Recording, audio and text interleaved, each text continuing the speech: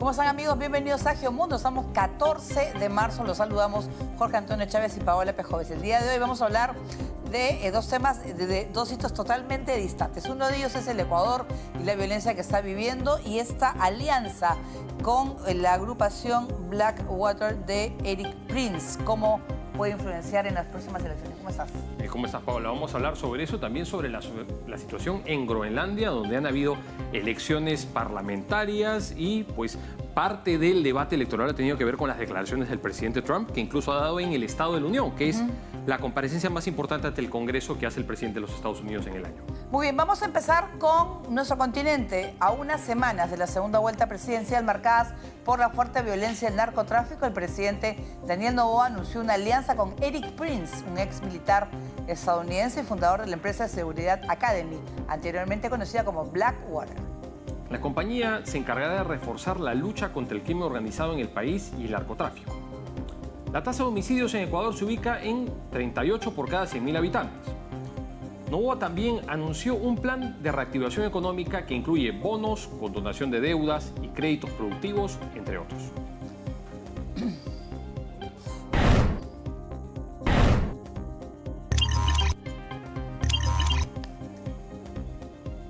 Muy bien, para poder hablar del tema, saludamos a Mauricio Alarcón, director ejecutivo de Fundación Ciudadanía y Desarrollo desde el Ecuador. Muy buenas noches, Mauricio, qué gusto estar contigo. Paola, Jorge, siempre un gusto estar aquí con ustedes. Un saludo a la distancia. Bueno, ¿cómo han tomado esta noticia de la alianza con Eric Prince? ¿Realmente será la solución a la violencia en el Ecuador? Mira, si es que creemos que solucionar un problema tan grave como el de la violencia en Ecuador pasa por contratar grupos armados particulares, pues hace rato creo que el mundo entero hubiera solucionado sus problemas. Más violencia no termina con este grave embate de grupos que ya están plenamente identificados, pero que por alguna extraña razón, más de un año después de la declaratoria de conflicto armado interno, no encuentran una salida. Mira que cuando se hizo este anuncio, además con rimbombantes fotos y boletines desde la presidencia de la República, posté en mis redes sociales que bastaba hacer una simple búsqueda de Google respecto del señor Eric Prince para darnos cuenta que incluso es una persona a la que se le han cerrado sus cuentas bancarias en Estados Unidos, producto de esa estafa, y hay que decir las cosas como son, que realizó a cientos de miles de venezolanos, diciendo que él por poco iba a poner fin a la dictadura de Maduro y los iba a rescatar si es que confiaban en él. Esa plata que en teoría quedó congelada en las cuentas y que no son 2, ni 10, ni 20 dólares, sino estamos hablando de millones, es algo que en su momento él tendrá que rendir cuentas. No se diga todo lo que hemos visto del grupo Blackwater en otro tipo de acciones, precisamente de guerrilla y de mercenarios que han cobrado vidas de inocentes alrededor del mundo. Así es que creo que esto no le salió tan bien como pensaba al presidente Noboa, si es que con ello buscaba un golpe de efecto de cara a la segunda vuelta del 13 de abril. Mauricio, ¿cómo estás? Buenas noches. Y esto que dices es importante, porque alguien podría decir, en tanto empresas como Blackwater o ahora Academy son actores armados privados, pues no hay un vínculo de atribución con el Estado, pero en la medida en que el Estado está contratando con estos actores armados privados, según el derecho internacional, es el Estado quien asume la responsabilidad internacional por sus actos. O sea que podría haber una contingencia incluso jurídica para el Estado ecuatoriano, ¿no? Por las acciones. Por supuesto, Jorge, y tú lo tienes clarísimo como un experto en la materia como eres. Mira que en la Constitución de Ecuador está claramente establecido que los asuntos de seguridad interna, incluso seguridad externa, están supeditados únicamente a las Fuerzas Armadas o al tema que estamos hablando de ahora, incluso trabajo complementario de ellos respecto de la Policía Nacional. Mira lo incongruente que resulta, ¿no? Que Daniel Noboa plantea esta reforma a la Constitución que se está discutiendo en la Asamblea Nacional para permitir que fuerzas formales de seguridad extranjeras, si es que quieres, puedan establecer bases en el país, e irte por el otro lado, que es el de los grupos privados, particulares, en definitiva de mercenarios. Yo creo que ahí hay que prestarle mucha atención, insisto, a lo que para criterio de muchos ha sido simplemente un acto electoral que raya en la demagogia y el populismo y que no ha generado el efecto que seguramente Noboa esperaba. Así es, Mauricio. Yo estaba leyendo que, por ejemplo, eso ha sido una primera conversación. O sea, no se sabe si va a ser una asesoría o va a dar recursos, cómo va a ser. ¿Cómo va la campaña? Estamos a pocas semanas. Pero mira, Paola, no solo eso, y qué bueno que lo topes, porque lo más lamentable de todo ha sido que el rol que algunos medios de comunicación han jugado, producto del pautaje y la dependencia de los recursos públicos del Ejecutivo, ha sido de prácticamente decir que con esto el Ecuador está salvado. Y creo que eso es total y absolutamente inadecuado en un momento en el que nos siguen matando, por favor, en un momento en el que nos siguen secuestrando y extorsionando. El fin de semana pasado, en una población, en un barrio de la provincia del Guayas, mataron a 22 personas. Estamos con problemas tan serios como el de más de 1.000 privados de libertad con tuberculosis y creemos que todo se soluciona por invitar a un cuestionado personaje internacional a sentarse en el Palacio de Gobierno a supuestamente hacer acercamientos o negociaciones que nos permitan dar una salida. O sea, incluso en un medio de comunicación independiente, lamentablemente de los pocos que aún nos quedan en Ecuador, se decía que un mercenario de este grupo Blackwater estaba cobrando aproximadamente $30,000 al mes. Y yo quisiera más bien que un recurso, si es que se lo va a destinar a ello, de una cantidad como esta, se destine a reforzar la policía y las Fuerzas Armadas para que ellos, legítima y constitucionalmente, puedan hacer trabajo en beneficio de todos. Claro, Mauricio, porque además si se llegara a una contratación de estas características, pues eso daría cuenta de la incapacidad del propio Estado ecuatoriano de hacer frente a sus amenazas, ¿no? O sea, el Estado prácticamente está abdicando a su monopolio de la fuerza. Con respecto a la posibilidad de instalar bases extranjeras en territorio ecuatoriano, ¿se ha dicho algo más? En el pasado, tú recordarás, los Estados Unidos tenían una base en la ciudad portuaria de Manta. ¿Se ha dicho algo más sobre la posibilidad de volver a instalar una base estadounidense en esa ciudad o en otras ciudades ecuatorianas?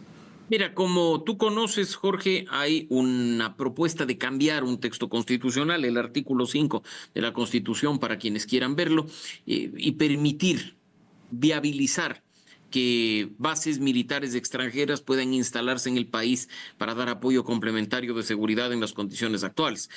Pero para que eso efectivamente funcione, como fue hasta 2007 el caso de la base de Manta, no únicamente se requiere un país que cambie la Constitución y que pida a gritos que otros te socorran, sino que del otro lado necesitas tener respuesta. Y si bien este planteamiento, muy bien políticamente operado, está en manos de la Asamblea Nacional y está siguiendo su trámite, ya hay una primera etapa superada, se vendrá dentro de pocas semanas la siguiente, te diría que lo que más me preocupa es que, por ejemplo, en su momento la Embajada de Estados Unidos manifestó no tener interés en regresar al país para unas condiciones como las que tuvo en su momento en Manta, en la población costera. Así es que, de nuevo, creo que acá no hay que dar, para combatir la inseguridad, como se dice coloquialmente, palos de ciego, sino apuntar donde corresponde, atacar el problema de forma sensata y tratar por lo menos de reducir la tasa de criminalidad y la tasa de muertes violentas del que hoy, lamentablemente,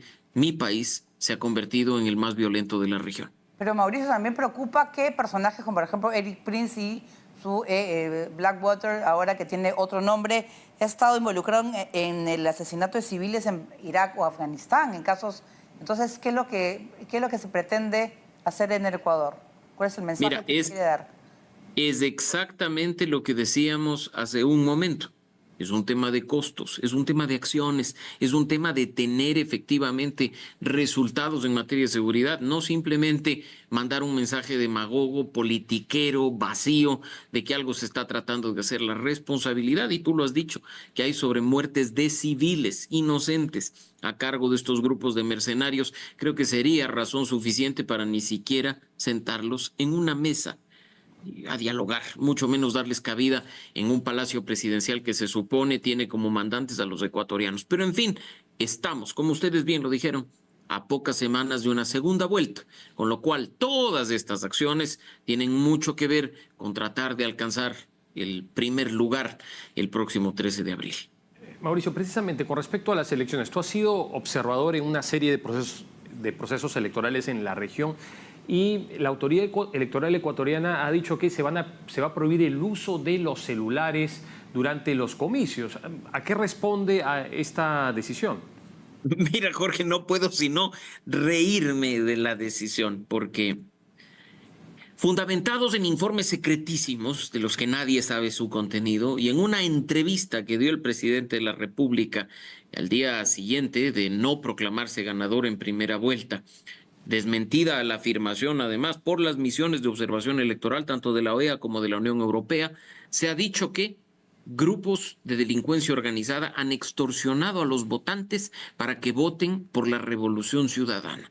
Entonces el Consejo Nacional Electoral, lamentablemente muy afín al gobierno de turno para permanecer eternamente en funciones, ha adoptado una decisión que otros países lo han hecho años atrás, pero que no por ello en Ecuador es constitucional o legal.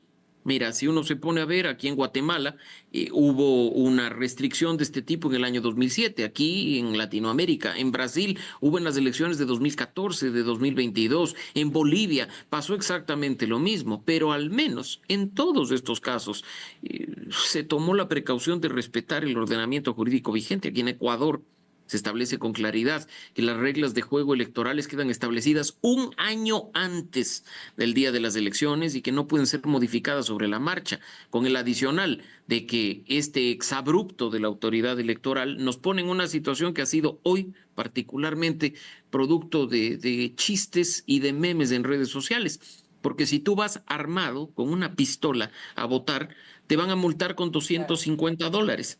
Pero si vas con un teléfono celular a tomarle foto a tu papeleta de votación, pues simplemente vas a recibir $32,000 de multa. Así de ridícula resulta la decisión del Consejo Nacional Electoral en este momento. Mauricio, ¿cómo están los sondeos? Porque falta el próximo mes ya la segunda vuelta. Creo estar leyendo que la Confederación Indígena de la Amazonía va a apoyar a Daniel Noboa en el balotaje.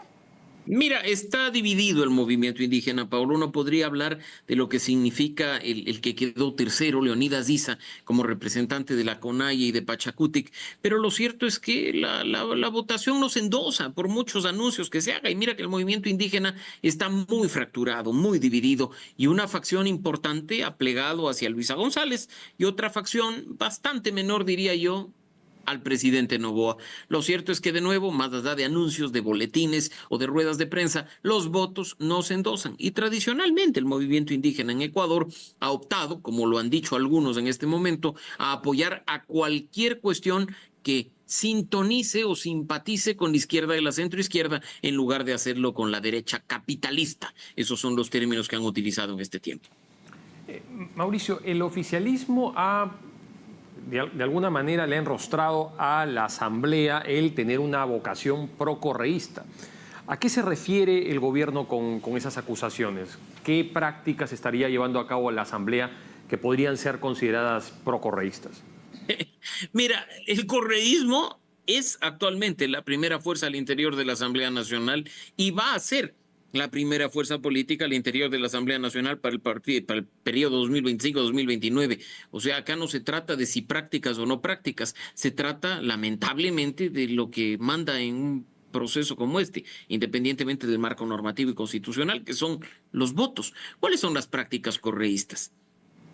No están identificadas. Son muchas críticas, son muchos asuntos, cuando lo cierto es que en medio del proceso electoral, muchos apuntan los dardos a distintas instituciones, unos a favor, otros en contra, y quienes estamos en medio en este fuego cruzado somos los ciudadanos que seguimos dejando de creer y confiar en nuestras instituciones, Jorge. Nosotros lo que estamos pasando en este momento es una crisis institucional con precedentes, con antecedentes en Ecuador, pero que quisiéramos muchos no se repita. Ojalá haya un poco de conciencia de los actores políticos para hacer las cosas con responsabilidad y, sobre todo, sentido de país. Claro, todos queremos un Ecuador mucho más seguro, pero también está el anuncio de Noboa de un plan de reactivación económica. ¿Qué hay de eso? La segunda preocupación, Paola, en nuestro país es la crisis económica y la falta de empleo. Por supuesto que es bueno escuchar que hay que combatir la falta de empleo, que hay que superar la crisis económica. La gran pregunta es ¿cómo? No el qué. El qué sabemos todos. Pero ¿cómo esperas tú que por mucho que se planifique y se presenten propuestas, se logre que llegue la inversión extranjera a Ecuador y no se vaya a Colombia y a Perú con la inestabilidad normativa que tenemos, con la inestabilidad tributaria que tenemos? La seguridad que en un país como Ecuador puede dar el dólar se viene abajo cuando tú tienes reformas tributarias todos los años, pues, cuando a medio camino y a medio ejercicio fiscal te cambian las reglas de juego. Así es que lo primero sería poner en orden la casa para llamar la atención y despertar el interés de esos inversionistas que puedan venir a Ecuador a generar fuentes de empleo. Después veremos qué más se tiene que hacer, pero por lo pronto, dar más bonos, más subsidios y generar más dependencia del Estado no es la mejor forma de solucionar una crisis económica como la que vivimos. Muy bien, muchísimas gracias a Mauricio Alarcón, director ejecutivo de Fundación Ciudadanía y Desarrollo. Como siempre, muchas gracias por estar en Egemundo. A ustedes, Jorge, Paolo, un gran abrazo y a toda nuestra audiencia un buen viernes y un buen fin de semana. Igualmente. Muchas gracias.